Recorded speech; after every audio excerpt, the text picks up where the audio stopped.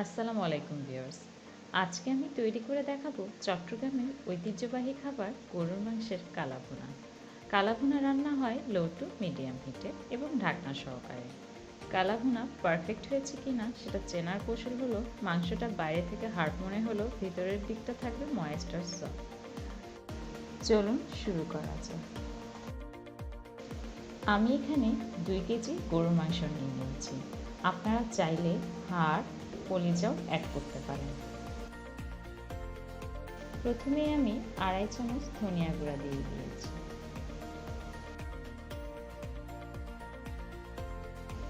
এরপর আমি দিয়ে দিয়েছি 2 চামচের মতো হলুদ গুঁড়া। অ্যাড করে দিচ্ছি 2 চামচের মতো মরিচ গুঁড়ো। আপনারা চাইলে আরও বেশি অ্যাড করতে পারেন।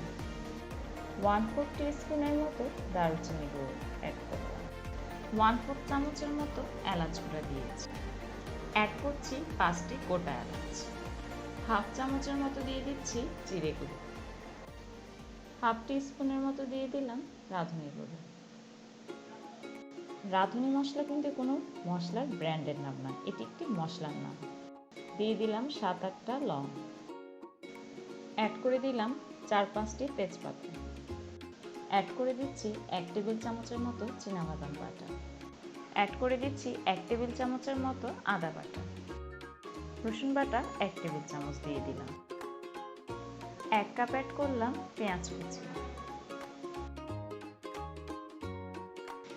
1.5 চা চামচের মতো লবণ অ্যাড করছি। আপনারা আপনাদের স্বাদ অনুযায়ী কম বেশি দিতে পারেন। হাফ কাপের মতো দিয়ে দিচ্ছি সরিষার তেল। এটি খুবই গুরুত্বপূর্ণ একটি উপকরণ। এখন হচ্ছে মাখানোর পালা। আমি মাংসটিকে 5 মিনিটের মতো ভালো করে মাখিয়ে নেব। এই মাংসটিকে ম্যারিনেট করার কোনোই প্রয়োজন নেই। 5 মিনিট মাখানোর পর আমি এটি সরাসরি চুলোয় দিয়ে দিব। ভিউয়ার্স, আপনারা কিন্তু আমার চ্যানেলটা সাবস্ক্রাইব করতে ভুলবেন না, আর পাশে থাকা বেল আইকনটি অবশ্যই প্রেস করবেন, যাতে করে আমার নিত্য নতুন ভিডিওগুলোর নোটিফিকেশন পেয়ে যান সাথে সাথে। কালাভুনা আর মেজবানি মাংসের মধ্যে পার্থক্যটা হলো কালাভুনা লো হিটে আস্তে আস্তে রান্না করতে হয়, আর মেজবানি মাংস মিডিয়াম হিটে পানি দিয়ে রান্না করা হয়। আমার মাংস মাখানো কমপ্লিট। আমি এখন পাত্রটিকে চুলোয় বসিয়ে দিয়েছি লো থেকে একটু বেশি হিটে, আর ঢাকনা দিয়ে দিচ্ছি। ফিরে আসছি 10 মিনিট পর। ফিরে আসলাম 10 মিনিট পরে। দেখুন দর্শক, আমার মাংস থেকে কিন্তু পানি বের হয়েছে। আমি কিন্তু এখানে অতিরিক্ত কোনো পানি অ্যাড করিনি, মাংসের পানিতেই মাংসটাকে কষিয়ে নিব। একটি স্প্যাচুলার সাহায্যে খুব ভালো করে মাংসগুলোকে নেড়েচেড়ে নিতে হবে, যাতে করে মশলার মাংসগুলো পাত্রের তলায় লেগে না যায়।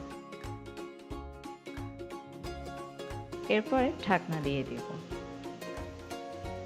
ফিরে আসছি আধা ঘন্টা পর। আসলাম আধা ঘন্টা পর।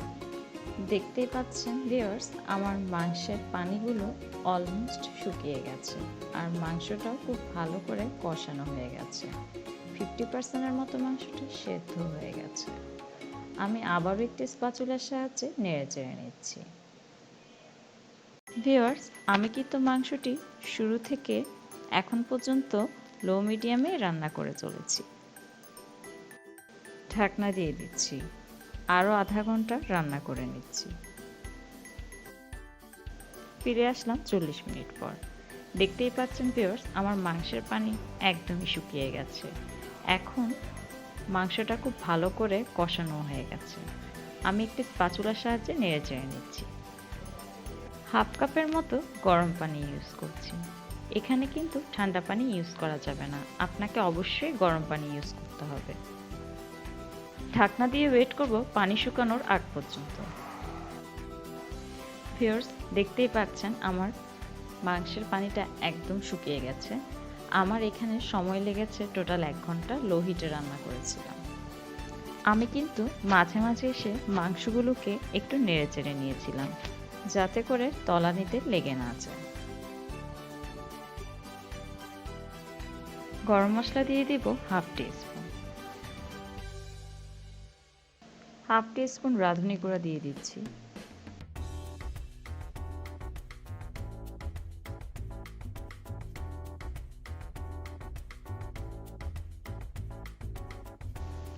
দিয়েছি ৩-৪টি কাঁচামরিচ।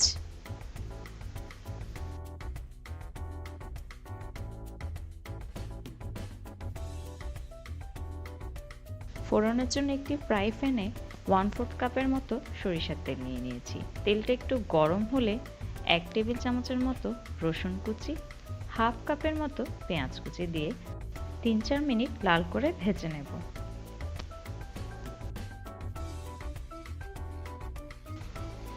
ফোড়নটিকে এবার পাত্রে ঢেলে নিচ্ছি।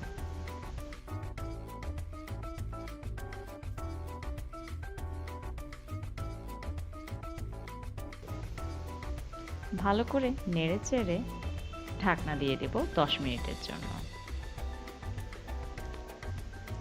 10 মিনিট পর একটি সার্ভিং ডিশে আপনি আপনার পছন্দ অনুযায়ী সাজিয়ে নিতে পারেন গরুর মাংসের কালাভুনা। এই গরুর মাংসের কালাভুনা কিন্তু ভাত, রুটি, পরোটা সব কিছুর সাথে খেতে অনেক মজা। আমার রান্নাটা যদি আপনাদের কাছে ভালো লেগে থাকে তাহলে অবশ্যই লাইক করবেন, কমেন্ট করবেন এবং প্রিয়জনের সাথে শেয়ার করবেন। আর অবশ্যই আমার চ্যানেলটি সাবস্ক্রাইব করতে ভুলবেন না। ভিডিওটি দেখার জন্য ধন্যবাদ।